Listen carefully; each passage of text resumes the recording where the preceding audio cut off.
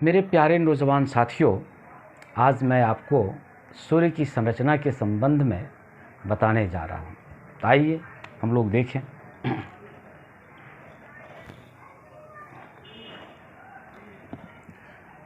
लोक कल्याणार्थ हेतु, लोक कल्याणार्थ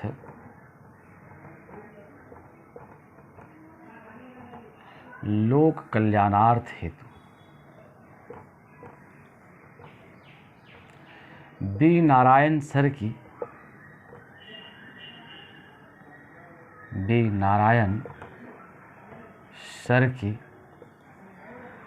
अनुपम प्रस्तुति, बी नारायण सर की अनुपम प्रस्तुति। आज का टॉपिक है, ये टॉपिक है इनर स्ट्रक्चर ऑफ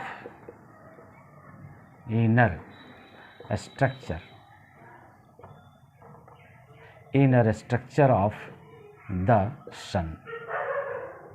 सूर्य की आंतरिक संरचना,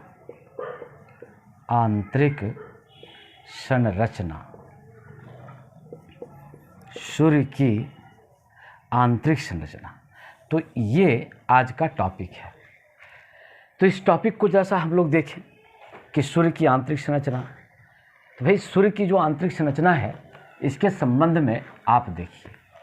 तो भाई ये सूर्य की आंतरिक संरचना बहुत कठिन काम है, लेकिन फिर भी जो खगोलज्ञ हैं, वैज्ञानिक हैं, उन्होंने इस प्रकार से बताने का कोशिश किया है। तो हम भी थोड़ी सी बात जीएस के दृष्टिकोण से हम यहाँ पर आपको बता रहे हैं। देखिए, तो ये मान लेते हैं कि ये हमारा क्या है, ये सन है। Suppose that this is my sun, our sun. देखिए, और यहाँ पर ये क्या है भाई, ये कोर भाग है। ये सन का कौन पार्ट है, ये कोर पार्ट है, ये कोर भाग है। यही ये क्या है, ये कोर है। इसके बाद हम लोग यहाँ पर देखते हैं, ये मान लेते हैं कि ये जो पोर्शन है आपका, ये है प्रकाश मंडल है। ये हमारा क्या है, ये है प्रकाश मंडल, ये है प्रकाश मंडल। इसी प्रकाश मंडल को हम लोग कहते हैं फोटोस्फेयर। यही क्या कहलाता है, फोटोस्फेयर। यही कहलाता है फोटोस्फेयर। और फिर हम लोग यहाँ पर यदि देखें तो इस पोर्शन को आप देख लीजिए। ये जो पोर्शन है, तो यही पोर्शन कहलाता है वर्णमंडल। ये क्या कहलाता है, ये है वर्णमंडल। इसको हम लोग कहते हैं क्रोमोस्फेयर। यही क्या कहलाता है, क्रोमोस्फेयर। और यहाँ जो ये जो पोर्शन चलता है, तो ये कहलाता है परिमंडल। यही कहलाता है परिमंडल। तो परिमंडल, इसी को हम लोग कहते हैं कोरोना। यही क्या कहलाता है, कोरोना। यही कहलाता है कोरोना। यही है परिमंडल, या इसे ही हम लोग कहते हैं सूर्यकृत। तो ये परिमंडल, तो इस प्रकार से हम लोगों ने एक छोटा मोटा रफली इसका अध्ययन किया और ये जानने का प्रयास किया कि इसमें क्या है। तो सबसे पहली बात यहाँ पर आप देख लीजिए, ये सूर्य की ये क्या है, आंतरिक संरचना है ये। और इसी में अत्र तत्र यहाँ पर क्या है, ये काली काली रेखाएं हैं। इस प्रकार से ये क्या है, काली काली ये रेखाएं हैं। ये जो काली रेखाएं हैं, यही है फ्राउनहोफर रेखाएं। ये है काली रेखाएं, ये है काली रेखाएं। इसी को हम लोग कहते हैं फ्राउनहोफर रेखा। यही कहलाता है फ्राउनहोफर रेखाएं। ये कहलाता है फ्राउनहोफर रेखाएं। तो ये चीज़ हम लोगों ने, इसको हम लोगों ने ये देखा। तो जो अब हम लोग यहाँ पर एक एक करके हम लोग देख लेते हैं कि सबसे पहले हम लोग देखते हैं ये फोटोस्फेयर ये क्या है। तो इस प्रकार से हम लोग यहाँ पर देखते हैं, ये जो फोटोस्फेयर है इसको हम लोग देखते हैं। तो सूर्य की आंतरिक संरचना को हम लोगों ने इस हिसाब से बांट दिया। तो सूर्य की आंतरिक संरचना को, सूर्य की आंतरिक ये आंतरिक संरचना, ये संरचना को हम लोगों ने इस प्रकार से बांटा। तो हम लोग क्या लिखते हैं भाई, इसको हम लोग लिखते हैं प्रकाश मंडल। ये क्या लिखते हैं, ये प्रकाश मंडल। इसको हम लोग कहते हैं फोटोस्फेयर। ये क्या कहलाता है, फोटोस्फेयर। ये फोटोस्फेयर है। तो फोटोस्फेयर हम लोग कहते किसको हैं, तो सामान्य रूप से आप इसको देखिए कि सूर्य का जो भाग दिखाई पड़ता है, प्रकाशमय भाग, वही फोटोस्फेयर कहलाता है। सूर्य का ये क्या है, प्रकाशमय भाग। ये प्रकाशमय भाग, अर्थात जो अपनी आँखों से जिस पार्ट को हम लोग देखते हैं, अर्थात सूर्य के आँखों से देखी जाने वाली, सूर्य के आँखों से देखी जाने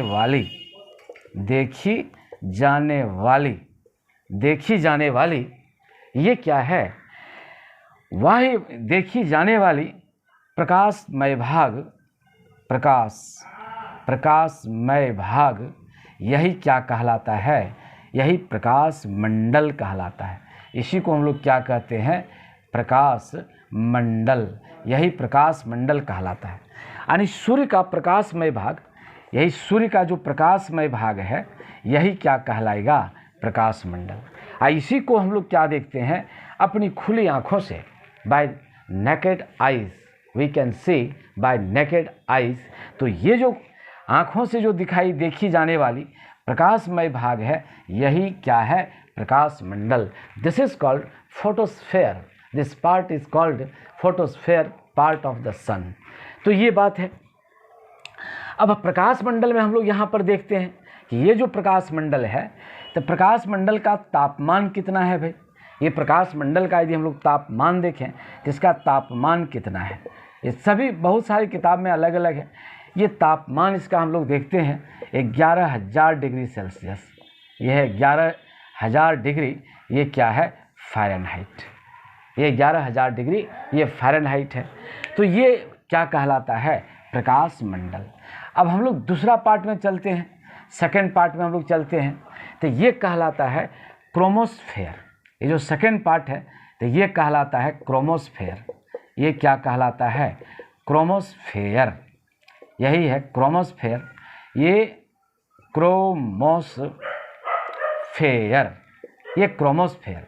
इसी को हम लोग कहते हैं वर्णमंडल। यही क्या कहलाता है, वर्णमंडल। तो क्रोमोस्फेयर में क्या होता है, इस बात को जरा सा आप ध्यान से देखिए। तो क्रोमोस्फेयर में क्या है कि प्रकाश मंडल का जो बाह्यतम भाग है, प्रकाश मंडल का ये प्रकाश मंडल का बाह्य भाग,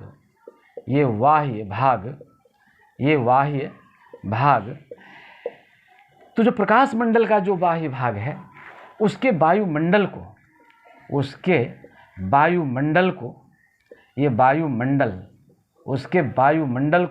ये क्या करता है, अवशोषित कर लेता है। प्रकाश मंडल का बाह्य भाग के वायुमंडल को क्या कर लेता है, अवशोषित कर लेता है। प्रकाश मंडल के बाह्य भाग के वायुमंडल को ये क्या करता है, अवशोषित कर लेता है। ये अवशोषित कर लेता है। तो जब ये अवशोषित हो जाता है, तो उस स्थिति में क्या होता है, जैसे अवशोषित होता है तो यह भाग अंधकार हो जाता है। ये भाग क्या हो जाता है, अंधकार हो जाता है ये। और जब अंधकार होता है तो यह दिखाई नहीं पड़ता है। यानी कहने का मतलब है, प्रकाश मंडल का बाह्य भाग कैसा हो जाता है, अंधकार युक्त हो जाता है। कहने का मतलब है कि प्रकाश मंडल का बाह्य भाग, ये प्रकाश मंडल का बाह्य भाग, ये क्या हो जाता है, अंधकारमय हो जाता है। ये अंधकारमय हो जाता है। और ये कैसा दिखता है, ये रंगीन युक्त होता है। यह रंगीन युक्त होता है, ये रंगीन युक्त होता है। होता है, इसलिए इसको क्या कहा गया, वर्णमंडल कहा गया। इस वजह से इसे वर्णमंडल कहा गया, वर्णमंडल कहा गया। इस वजह से इन्हें क्या कहा गया, वर्णमंडल, क्रोमोस्फेयर कहा गया। अब क्रोमोस्फेयर का तापमान कितना होगा भाई, तो क्रोमोस्फेयर का जो तापमान है, ये क्रोमोस्फेयर का तापमान, ये क्रोमोस्फेयर यानी वर्णमंडल, क्रोमोस्फेयर का ये तापमान कितना होता है, 18,000 डिग्री फ़ारेनहाइट, ये 18,000 डिग्री फ़ारेनहाइट होता है। अब की बार जो हम लोग पढ़ेंगे इसी से प्रश्न आता है, ये दोनों से प्रश्न नहीं के बराबर आता है, लेकिन इस बार जो हम लोग देखेंगे वह बड़ा एग्जामिनेशन के दृष्टिकोण से बड़ा क्या है, महत्वपूर्ण है। आप उसको ध्यान से देखें, हर बार प्रश्न पूछा गया है। अब वो कौन क्षेत्र से पूछा गया है, परिमंडल से पूछा गया है। वो जो पूछा गया है वो किससे पूछा गया है, परिमंडल, यही परिमंडल। तब परिमंडल को हम लोग अंग्रेजी में क्या कहते हैं, कोरोना, यही कोरोना कहलाता है। यही क्या कहलाता है, सूर्यकिरीट ये क्या कहलाता है, सूर्यकिरीट या सूर्य मुकुट, यही क्या कहलाता है, सूर्य मुकुट, ये सूर्य मुकुट कहलाता है। ये तो परिमंडल कहिए, कोरोना कहिए, सूर्यकिरीट कहिए या सूर्य मुकुट कहिए, ये नाम एक ही है। किसी भी दृष्टिकोण से परीक्षा में इन नामों से आपसे पूछा जा सकता है। तो अब सवाल है कि ये सूर्य का कौन भाग है, तो यहाँ पर हम लिख देते हैं, ये जो परिमंडल है यानी कोरोना है, ये कोरोना है यानी ये कोरोना नहीं, ये वायरस वाली कोरोना नहीं। ये बड़ी अजीबोगरीब आज दोनों शब्द एक जैसा मिल गया है, लेकिन हम ये कोरोना की बात नहीं करते हैं, हम सूर्य की कोरोना की बात करते हैं, यानी परिमंडल। तो परिमंडल क्या है, तो कहता है या कोरोना है, ये परिमंडल या कोरोना ये क्या है, ये सूर्य का बाह्य भाग है। ये सूर्य का बाह्य भाग है, outer part of the sun, that is called corona. तो ये प्रश्न तो पूछा नहीं गया है, लेकिन अब जो हम लिखेंगे वो प्रश्न पूछा जाता है। तो सूर्य का जो भाग है, ये बाह्य भाग, तो कहता है कि पूर्ण सूर्य ग्रहण के समय, ये पूर्ण सूर्य ग्रहण के समय पृथ्वी किसके प्रकाश से प्रकाशित होता है, ये कोरोना के प्रकाश से प्रकाशित होता है। पूर्ण सूर्य ग्रहण के समय पृथ्वी कोरोना के प्रकाश से ये क्या होता है, प्रकाशित होता है। कोरोना के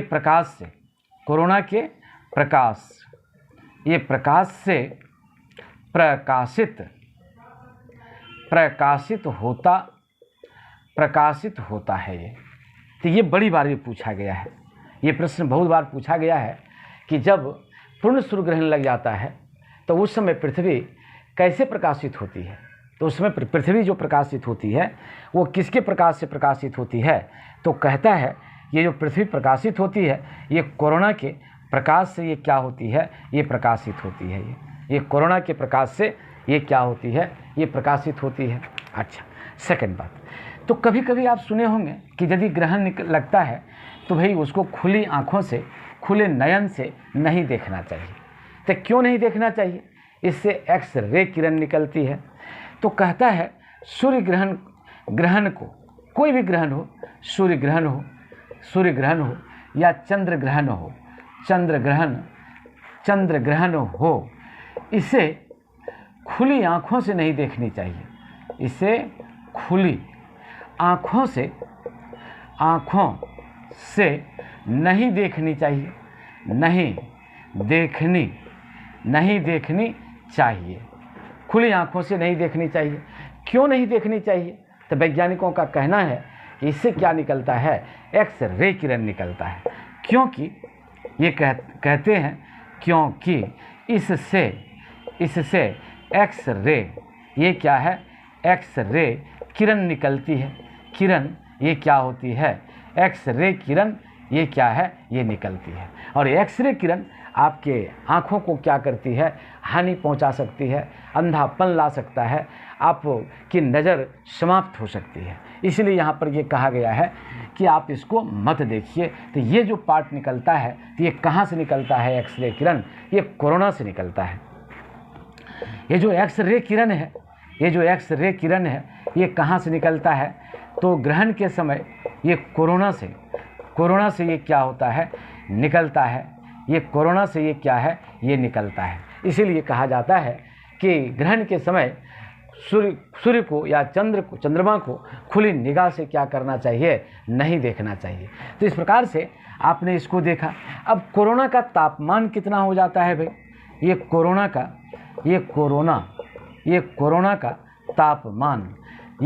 का तापमान तो कहता है 27 लाख, ये 27 लाख डिग्री फ़ारेनहाइट ये क्या होता है, इसका तापमान हो जाता है। तो इस प्रकार से हम लोग इसके तापमान को, कोरोना के तापमान को देख लेते हैं। तो आपने स्पष्ट रूप से देख लिया कि सूर्य के आंतरिक भाग की संरचना किस चीज़ से हुई है। 3 चीज़ है भाई, वो क्या है भाई, ये है प्रकाश मंडल, ये है प्रकाश मंडल एक। दूसरा कौन है भाई, ये है, इसको हम लोग कहते हैं वर्णमंडल, ये है वर्णमंडल। और तीसरा हम लोग कहते हैं परिमंडल। तो परिमंडल सबसे ये क्या है, सबसे महत्वपूर्ण है। ये परिमंडल जो है ये क्या है, सबसे महत्वपूर्ण है। ये जो कोरोना है, ये कोरोना यही क्या है, सबसे महत्वपूर्ण है। और इसी से जो बातें हमने आपको बताई वही प्रश्न में बराबर पूछा जाता है। इसलिए इस पोर्शन को आप बढ़िया से देख लीजिएगा। क्यों, इसी से प्रश्न पूछे जाते हैं एग्जामिनेशन में। इसलिए हमने ये प्रश्न पर आपको ज़्यादा बार बार फोकस कर दिया। अब इसी में क्या है भाई, फ़ॉर्नहाफर रेखाएं हैं। सूर्य में ही क्या है भाई, फ़ॉर्नहाफर। ये फ़ॉर्नहाफर ये क्या है, ये रेखाएं हैं। ये फ़ॉर्नहाफर ये क्या है, रेखाएं हैं। तो जो फ़ॉर्नहाफर रेखाएं हैं, तो अभी तक हम लोग क्या जानते थे भाई, कि यदि सूर्य से जो प्रकाश निकलती है उसमें 7 रंग की किरणें हैं, बैनी, हाथी, नाला, ये बात आप जानते ही हैं। तो जो 7 रंग की किरणें हैं, तो उसमें भी जब खोज किया गया तो इसमें क्या देखा गया कि सूर्य की सतह पर, ये सूर्य की सतह पर, ये सतह पर ये काली काली ये क्या है, ये रेखाएं हैं। तो जो काली काली रेखाएं हैं, यही काली काली रेखाएं क्या कहलाती है, फ़ॉर्नहाफर रेखा कहलाती है। ये फ़ॉर्नहाफर ये क्या कहलाती है, रेखा कहलाती है, फ़ॉर्नहाफर रेखा कहलाती है। तो अब सवाल है कि इसका नाम फ़ॉर्नहाफर रेखा क्यों पड़ा। इसका नाम फ़ॉर्नहाफर रेखा इसलिए पड़ा कि इसका खोज फ़ॉर्नहाफर नामक वैज्ञानिक ने किया था। तो इसका खोज किसने कर दिया था, इसके खोजकर्ता ये कौन थे, ये फ़ॉर्नहाफर थे।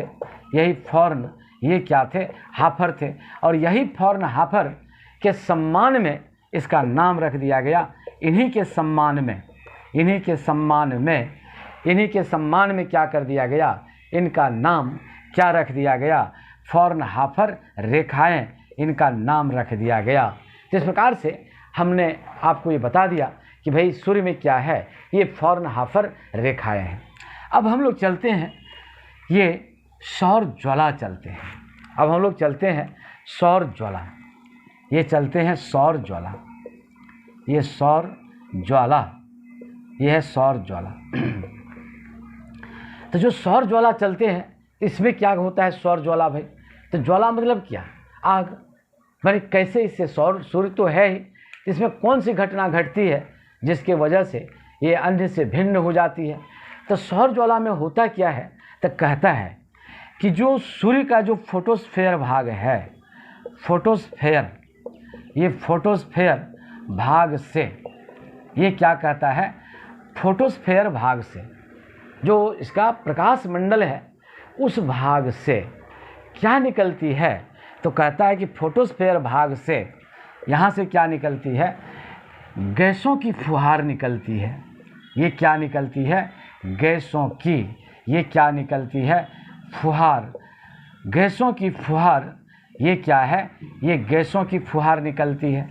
ये कहाँ से निकलती है गैसों की फुहार, ये फोटोस्फीयर से, फोटोस्फीयर वाले भाग से ये क्या निकलती है, ये गैसों की फुहार निकलती है। और ये जो गैसों की जो फुहार निकलती है तो ये क्या है, अब सवाल ये है कि ये जो गैसों की जो फुहार ये है क्या। तो ये कहता है कि ये गैसों का जो फुहार है, ये गैसों का फुहार, ये गैसों का ये फुहार, ये गैसों का फुहार ये क्या है, तो कहता है हाइड्रोजन के परमाणु। ये क्या है, हाइड्रोजन के परमाणु, हाइड्रोजन, हाइड्रोजन के परमाणु, परमाणु किस रूप में निकलती है, तो कहता है गैसों का फुहार यहाँ किस रूप में है, तो कहता है हाइड्रोजन के परमाणु प्रोटॉन्स के रूप में बाहर निकलते हैं। प्रोटॉन्स, ये है प्रोटॉन्स, प्रोटॉन्स के रूप में ये क्या निकलते हैं, ये बाहर निकलते हैं। ये प्रोटॉन्स, ये प्रोटॉन्स के रूप में, ये प्रोटॉन्स के रूप में ये क्या निकलते हैं, ये बाहर निकलते हैं, बाहर निकलते हैं। तो यहाँ पर समझा आपने कि फोटोस्फीयर से क्या निकलेगा भाई, तो गैसों की फुहार निकलेगी। और गैस की जो फुहार है वो क्या है, हाइड्रोजन के परमाणु प्रोटॉन्स के रूप में ये क्या निकलता है, ये बाहर निकलता है। और जब ये प्रोटॉन्स के रूप में ये बाहर निकलता है तो उस अवस्था में क्या होता है कि कोरोना के आयंस, कोरोना के आयंस, तो इस अवस्था में क्या होता है, तो इस अवस्था में, इस अवस्था में ये क्या होता है, कोरोना के आयंस, कोरोना, कोरोना के ये क्या है, ये आयंस, ये कोरोना के आयंस की गति काफ़ी बढ़ जाती है। कोरोना के आयंस की गति ये क्या होती है, काफ़ी बढ़ जाती है, काफ़ी बढ़ जाती, ये काफ़ी बढ़ जाती है। तो कोरोना के आयंस की गति ये क्या होती है, ये काफ़ी बढ़ जाती है। तो जब ये कोरोना के आयंस की गति काफ़ी बढ़ जाती है तो ऐसी स्थिति में क्या होता है भाई, कहता है कि इस आयंस की गति कितना हो जाती है, तो कहता है इस आयंस की गति 7000 किलोमीटर प्रति सेकंड हो जाती है। अब आप सोचिए, please think on this point, the speed of this ion कितना हो जाता है, बिकम्स 7000, कितना हो जाती है, 700 किलोमीटर, 700 किलोमीटर प्रति सेकंड की ये चाल से चलने लगती है। ये कितना चलने लगती है, ये 7000 किलोमीटर प्रति सेकंड, ये प्रति सेकंड की चाल से ये क्या होती है, निकलने लगती है, ये निकलने लगती है। तो आप ही अनुमान लगाइए, जब 7000 किलोमीटर प्रति सेकंड की चाल से ये निकलने लगेगी तो इस अवस्था में क्या होता है, सूर्य के आकर्षण शक्ति को ये पार कर जाता है। सूर्य का जो गुरुत्वाकर्षण शक्ति है उसको ये पार कर जाता है। सूर्य के गुरुत्वाकर्षण शक्ति को पार करके सूर्य के सूर्य के गुरुत्वाकर्षण शक्ति को पार कर, शक्ति को ये क्या करता है, पार करके, किसकी गुरुत्वाकर्षण शक्ति को, ये सूर्य के गुरुत्वाकर्षण शक्ति को पार करके ये कहाँ पहुँच जाता है, पार करके अंतरिक्ष में पहुँचता है। ये कहाँ पहुँच जाता है, अंतरिक्ष में। ये अंतरिक्ष में हमने पढ़ा दिया है स्पेस। सूर्य के गुरुत्वाकर्षण शक्ति को पार करके कहाँ पहुँच गया भाई, ये अंतरिक्ष में पहुँच गया। कहाँ पहुँच गया, in the space, in the, ये कहाँ पहुँच गया, ये स्पेस में पहुँच गया। तो जब ये स्पेस में पहुँचता है तो इसको भी पार करके ये पृथ्वी के वायुमंडल से टकरा जाती है। इसको पार करके अंतरिक्ष में पहुँचती है। अंतरिक्ष में ये क्या होती है, पहुँचती है। और इसको अंतरिक्ष को पार करके, अंतरिक्ष को ये क्या करके, पार करके, ये अंतरिक्ष को ये क्या करके, पार करके पृथ्वी के वायुमंडल से टकरा जाती है। यही पृथ्वी के वायुमंडल, पृथ्वी के वायुमंडल से ये क्या होती है, टकरा जाती है। पृथ्वी के वायुमंडल से ये क्या होती है, टकरा जाती है। तो अब यहाँ पर हमको देखना है कि ये पृथ्वी के वायुमंडल से जैसे टकराती है, तो जो पृथ्वी के जो वायुकण है, ये वायुकण से टकराकर ये क्या करती है, रंगीन प्रकाश उत्पन्न करती है। ये क्या करती है, ये रंगीन प्रकाश ये क्या करती है, उत्पन्न करती है। और ये रंगीन प्रकाश क्या होता है, पृथ्वी पर देखी जाती है। तब पृथ्वी पर कहाँ देखी जाती है, ये दोनों ध्रुवों में देखी जाती है। ये उत्तरी ध्रुव और ये दक्षिणी ध्रुव। ये है उत्तरी ध्रुव, नॉर्थ पोल, और ये हो गया आपका साउथ पोल। इसको हम लोग कहते हैं उत्तरी ध्रुव। और ये क्या कहलाता है, ये है दक्षिणी ध्रुव। तो यहाँ पर क्या दिखाई पड़ता है, रंगीन प्रकाश दिखाई पड़ता है। ये रंगीन प्रकाश, ऑरोरा लाइट, ये रंगीन प्रकाश यहाँ पर दिखाई पड़ता है। तो उत्तरी ध्रुव में जो रंगीन प्रकाश दिखाई पड़ता है, तो ये क्या कहलाता है, इसको हम लोग कहते हैं ऑरोरा बोरोलिस।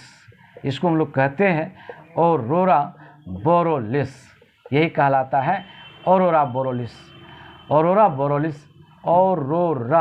ये क्या कहलाता है, बोरियोलिस। ये ऑरोरा बोरियोलिस कहलाता है।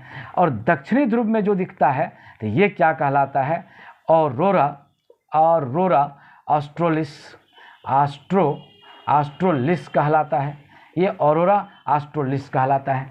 और ये जो उत्तरी ध्रुव में जो ऑरोरा बोरोलिस होता है, इसको कौन दर्शन करता है, तो उत्तरी ध्रुव में जो स्थित कौन है, देश है, उसको दर्शन करता है, यानी नॉर्वे वाले लोग इसको दर्शन करते हैं। नॉर्वे के लोग इसको देखते हैं। और ख़ास करके यदि हम लोग कह दें तो एस्किमो, उत्तरी ध्रुव में रहने वाली जनजाति, ये जो उत्तरी ध्रुव में रहने वाली ये जनजाति ये कौन है, एस्किमो। यही क्या है, एस्किमो इसका दर्शन करती है। तो ये इसका बड़ा भारी प्रभाव पड़ता है। तो इस प्रकार से हम लोगों ने किसको देख लिया, सौर ज्वाला को देख लिया। तो सौर ज्वाला से जो प्रश्न पूछा जाता है, तो इसी जगह से पूछा जाता है कि भाई सौर ज्वाला से क्या उत्पन्न हो जाता है। जैसे वो पृथ्वी के प्रकाश से टकराती है तो उत्पन्न हो जाता है रंगीन प्रकाश।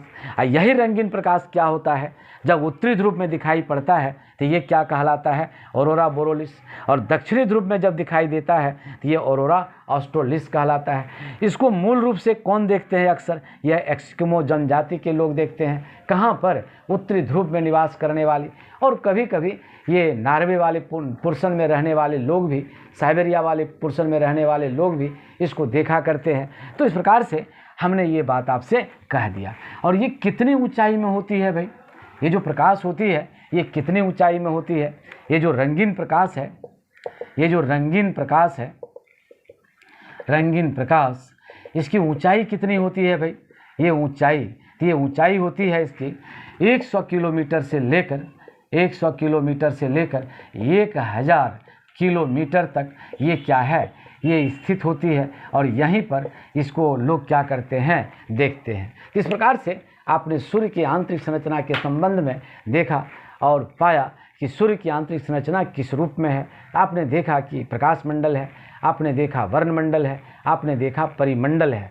और मैंने आपसे कह दिया कि जो परिमंडल है, ये जो कोरोना है, यही सबसे महत्वपूर्ण है। और सूर्य ग्रहण के समय इससे जो निकलने वाली प्रकाश है, उससे पृथ्वी क्या होती है, प्रकाशित होती है।